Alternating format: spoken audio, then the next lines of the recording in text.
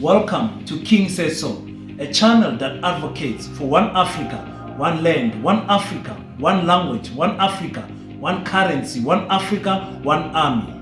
I wish to witness Africans all around the world united as one in our lifetime. Enjoy.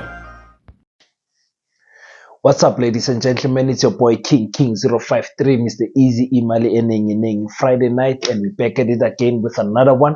And this time around, I want to cover some interesting. I always wanted to cover these interviews that are going on, the ongoing interviews for the public protector's post. You know that Busisi Mkhwebane is no longer the public protector. Her term has come to an end, 7 years complete, and we are in a situation where Parliament is looking to appoint a new public protector. So I want to do reviews on how the EFF Treasurer General Usesi Omphile has been conducting herself so professionally, so strict and so straightforward in terms of her questioning style, her facial expression, her body language, her choice of words. I was very thoroughly impressed with the caliber of leadership that the EFF has. I won't lie to you guys, and I'm that person who tries to be neutral at all times when it comes to political parties. I don't want like to reveal my card as to which political party I am leaning towards, but the EFF is doing marvelous jobs when it comes to the quality of leadership they have in their camp. Now, the Treasurer General, who's obviously part of the top six of the EFF, is doing a phenomenal job in these interviews. Now, she got our sister Kholeka, the acting public protector, in the corner where she could not answer she couldn't, when you lie at first, you feel like you have to continue lying to cover the lie, because if you say you lied, then it's still going to reflect bad. So instead of telling the truth, you continue with the line of lying, and then it gets you in deeper shit, because everyone can actually see that you are lying or you are incompetent, but they're just waiting for you to confirm.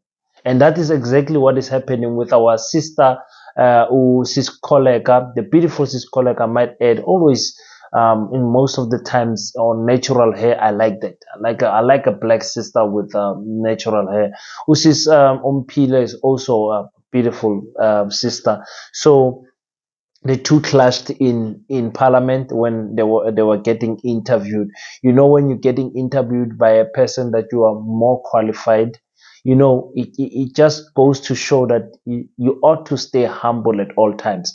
But let's just check what was the questioning in terms of regarding the Reserve Bank clearing Cyril Ramaphosa on the Phala Phala issue and saying that there wasn't a transaction. And Usis Umpiwe ask Kholeka, the acting public protector, but you said there was a transaction. What is what? Let's just quickly listen, guys. So we've seen reports that you were elected as a leader of one of the organs of the ANC at some point, and you also served in the office of the Minister of Home Affairs and Treasury in the political office. How up to date is your membership of the ANC? I possess no membership of the ANC of any other political party. Since when? I think it's about a decade now. Okay. And then we've seen reports last week from the South African Reserve Bank that says that at their disposal, there's no transaction that they can find with Phala Phala Farm. Your report, page 11 of your final report, and 241, says that, and I quote, you suggested that the 10 million located in Tawanyoni is from a private cash transaction. Do you still stand by that? The report by the Reserve Bank is that there was no concluded sale between the buyer and the seller. Our report and our investigations did not investigate the sale because we do not have the powers to do so. It is a private matter that doesn't fall within the ambits of the public protector. Our role and our mandate is to investigate state affairs. But you said it emanates from a private cash transaction. I'm asking, do you still stand by that?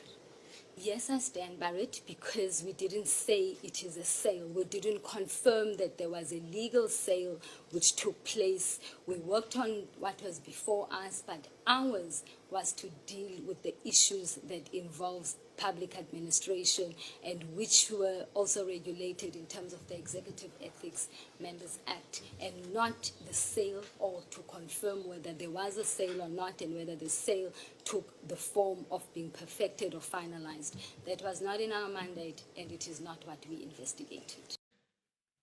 That I'm a farmer. I'm in the cattle business and the game business.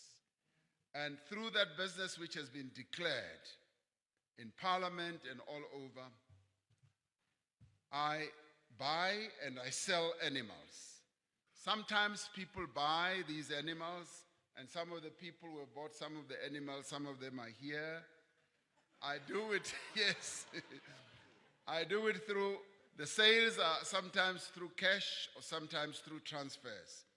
Some of the people who are offshore customers and who are sometimes local, they come through and buy animals, and some of them come also to hunt on the farm. And so this that's being reported was a clear business transaction of selling animals. This that's being reported was a clear business transaction of selling animals. I think part of the public losing confidence in Cyril Ramaphosa is the way in which he dealt with the Phala Phala issue.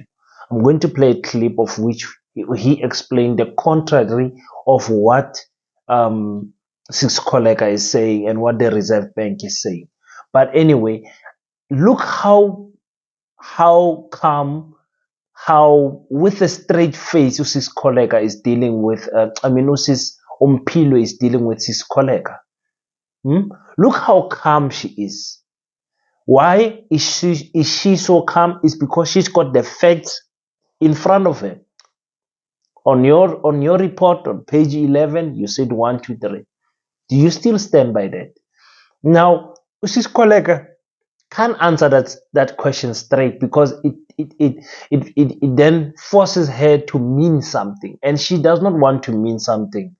So there is that situation where she says, no, we were not investigating private sales because that's not in our jurisdiction, and everyone can see that, my sister, you are lying. The Phala Phala issue is clear to every South African. There was money in the couches of Cyril Ramaphosa's premises, and that money was stolen. It was foreign currency in dollars amounting to millions of rands. A buyer came out to say, I was buying, I'm the one who was buying those things. But then they came out to say, no, the buffalo, they actually did not leave Phala Phala. So the Reserve Bank then comes back, does not tell us about the millions of dollars that were found there. It tells us about there was no transaction, and this is the thing that that angers South Africans, because you're taking us for a hat. You're taking us for a hat, really, because you think we are stupid. But anyway, I just loved how she handled Usix Kholeka. Usix Omphile is just a class act, guys. She's just a class act. I'm going to play, the other interviews are actually funny, but I'll do a review of the other candidates that were interviewed also. Funny things that Usix Omphile is doing. She's just having fun out there. She's just having fun out there. And it's leaders that are like this that any country should cherish and protect. Leaders like Usisi Umphile must be protected, guys. It's not easy in the EFF to be even in the top 6, because the EFF itself has got strong women. Just in general, Njepela, the EFF has got strong women. So for you to stand out as a woman, to be the treasurer general, to be trusted with the funds of the party, for me, it speaks volumes. But into conclusion, let's just say I really don't want to speak after she concluded, because Usisi Umphile concludes the matter so beautifully. But because Nya Papa, I'm just gonna add something from what she said. And let's just quickly listen to her conclusion, telling the chairperson to say, listen, chairperson, we cannot employ this woman into this position. Thank you, Chair. Chair, what is more disturbing about the acting PP is that she knew she had ambitions to apply for the position of the PP, and she accepted to act on it, and knowing very well that she wants to take over that office. The reason why the PP's term is 7 years and non-renewable is specifically such that you don't have ambitions of coming to continue. So if I were her, an honest person, she should have said, I've got ambitions to take this position and therefore I cannot act. And even worse, Chair, she takes responsibility of overseeing an investigation into the Palapala farm when she knows that the primary person of interest in that case is the President of the Republic. Now, there's something called quid pro quo, something like that. A favor for a favor.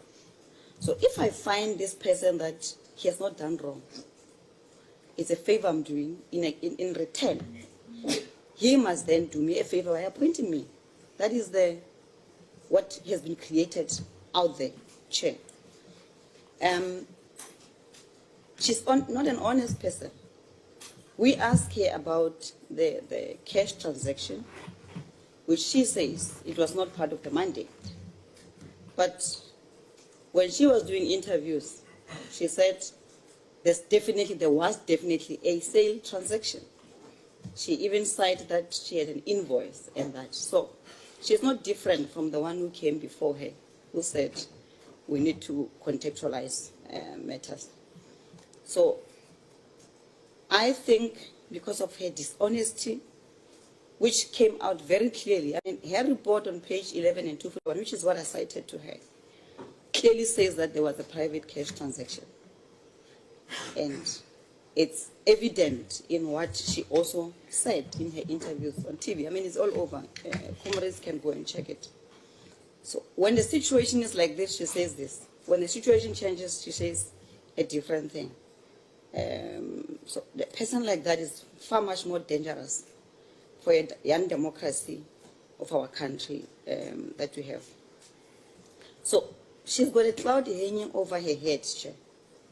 And to give her the office of the PP with the cloud hanging over her head, it's suicidal. But also, it's something that we, all of us, have got a duty to say, not in our names, not in our country. We have a young democracy. We have a duty to protect this democracy. And a person who comes across as following where the wind goes is not suitable. So as a result, Chair, we do not support Advocate Kholeka. Thank you. Yeah, and Usisi Umphile closed it out so nicely, guys, to say, listen, this person is not an honest person, and we are in South Africa, we are dealing with a young democracy, only 30 years old. We cannot risk office like the public protector's office to employ someone like Usisi Kholeka. And guys, by no means do I say Usisi Kholeka is a bad person. I don't know her personally. What we know is what we see on TV, so I don't want to cast judgment into her. But when I look at Ubusisi Umkhabane, Uthuli Madonsela, she's not of that caliber of leadership compared to those two ladies. She's absolutely nowhere close to that. I think she has made mistakes and because of her line of job, she had to cover up for everything that she did, and it backfired badly. And I think her report on Phala Phala has messed up her opportunity to be employed in that office going forward. So I don't see her being appointed. Cyril Ramaphosa is the man with the last word, but I don't see it happening. She will act, and the next public protector will be appointed. But we'll go through all the interviews and just check what is going on. So yes, that's what I wanted to do today. Very tired, guys. Yo, very tired. I've been thinking and thinking if I should do this video. It's late. I'm recording this is probably before 12 o'clock, but for you guys, I have to wake up and say, do a video for you guys, a review for you guys. I hope you guys are well. And I just want to say also in addition that, guys, life is very hard, but if you look at life in an eye of chapters, you will understand that every chapter has got a season that comes and goes. So no matter how tough it is right now for me and you, we have to remember that it is only a chapter. It is only a season.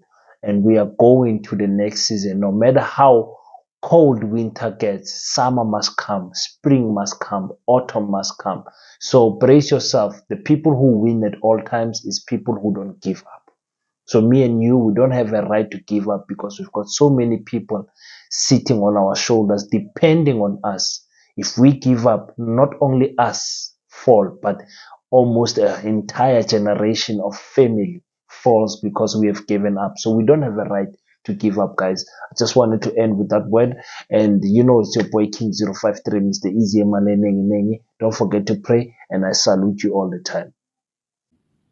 Thank you for tuning in. If you enjoy the content, leave your thoughts on the comment section and hit the like and subscribe button, and we will meet on the next one.